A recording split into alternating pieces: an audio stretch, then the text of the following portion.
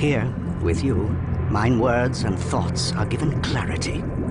So, I ask you to forgive me this intrusion. Alas, you find me greatly troubled this day, for my people are in grave danger. To our ancient city, Atalan, have come humans. They attack us without fear of retaliation.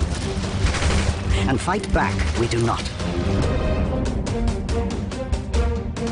Our defensive barriers, even those we had assumed to be impenetrable, have been compromised.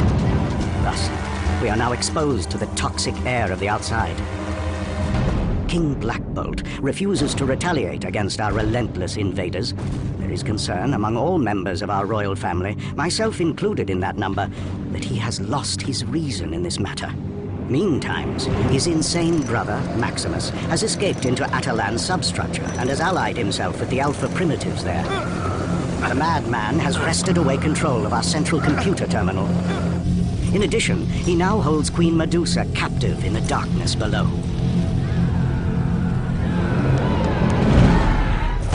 And while human weapons detonate ever closer to the city, a great flaw has been discovered. One that might sink Atlantis below the sea, and our city with it. Noble cousins, your king asks for your trust. The protection of Atalan is his foremost concern. I can hardly believe I'm hearing this. My sister is a prisoner of that madman you call your brother, Black Bolt, and yet we do nothing. If we're to protect Atalan, then surely the time has come to deploy against the humans and bring an end to all of this. Our chance is rapidly running away from us. The negative zone barrier has now disappeared, leaving us exposed to the outside air. We have no more than 2 days' supply of antidote to protect us from contamination. Then it seems we have little choice. We must destroy the human invaders now, or the city will be lost. Not so fast, Gorgon. There may be another way. Triton, you have long commanded the respect of the Atlantean people. Your king requests that you find audience with the Submariner, Prince Namor, and seek his aid.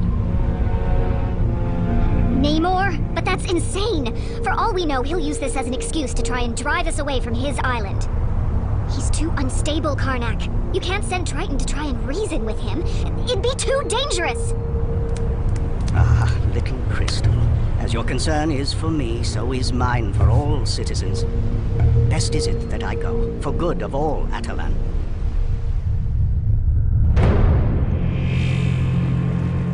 From the moment of my birth, I have been a creature of the ocean, requiring not the Terrigen mists to realize my evolutionary potential. The waters of Earth are my domain. I knew full well the Atlantean prince would be found in his undersea haven, and I departed immediately for it. The audience with Namor did not go well. And I bring this personal note from King Blackbolt, together with regards and respect from all people of our great city to our Atlantean cousins. We ask that you help us in our hour of need, Prince Namor. By human standards, you have good claim to the island. Perhaps were you to reason with them. You can tell your king this, Triton of Atalan. I care not for the affairs of others, neither human nor inhuman. Your people are unwelcome intruders.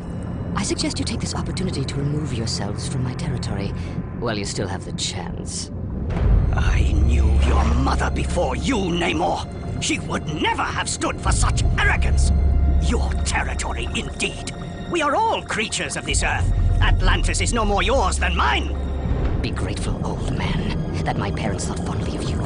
For that is the only reason you leave here alive this day. Now, go back to your king and give him this message. Prince Namor gives no aid to those who trespass upon Atlantis. Such inflexible arrogance. I confess, mine anger began to fester within me as I made my return towards Atalan.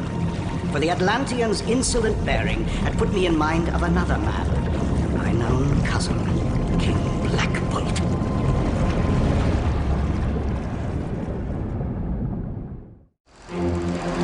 On the afternoon of 14th November 1940, the Allied leader, Winston Churchill, was given an alarming piece of news. A secret German radio signal had been intercepted. According to this transmission, The German Luftwaffe were planning a bombing raid on the town of Coventry that same night. The German raid would be in retaliation for a recent attack on Munich. They planned to obliterate their target, to wipe it from the face of the earth. Churchill knew there would be plenty of time to alert the people of the doomed city, to see that they were safely evacuated before the bombing began. But what did he do instead to save them?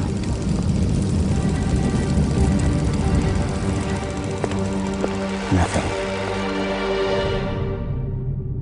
Historical records enlighten us as to why Churchill failed to act, if indeed he did fail.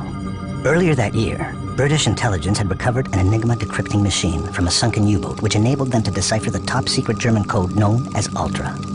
Ultra gave the British access to all German military radio traffic.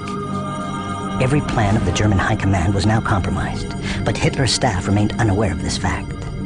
Churchill was forced to decide the fate of thousands. By evacuating Coventry, the Prime Minister would be exposing Ultra and endangering its usefulness in the future. With a heavy heart, Churchill decided the code was too valuable a source of intelligence to risk. In order to win the war, Churchill let the people of Coventry burn that night, while he remained in London going about his business as usual. But in his eyes, the pain was all too clear. Decades later, the Inhuman leader Black Bolt faces the annihilation of his city with the same stoic resolution. While human invaders advance to the very doors of Adelan, he orders his defensive troops to do nothing. The tactics of suicide, it seems. What secret strategies do Black Bolt's eyes betray?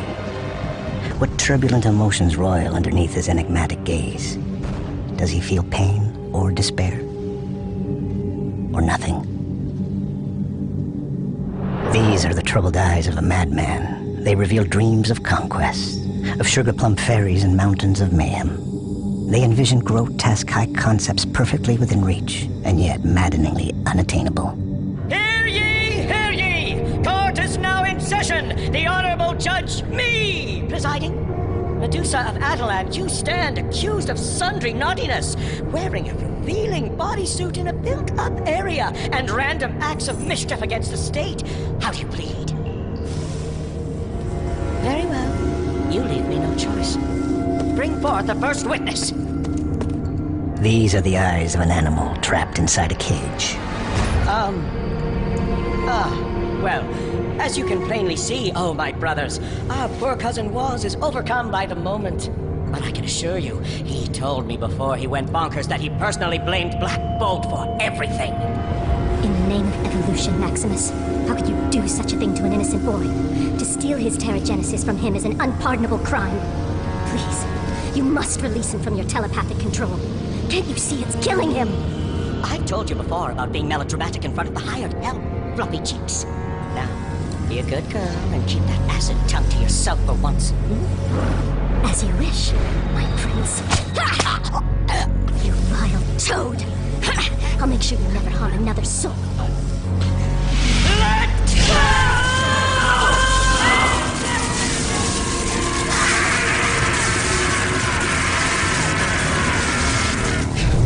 Now, Kitten Cakes, what have I told you about making your little Pookie madder than he already is? How about a big kiss to say you're sorry?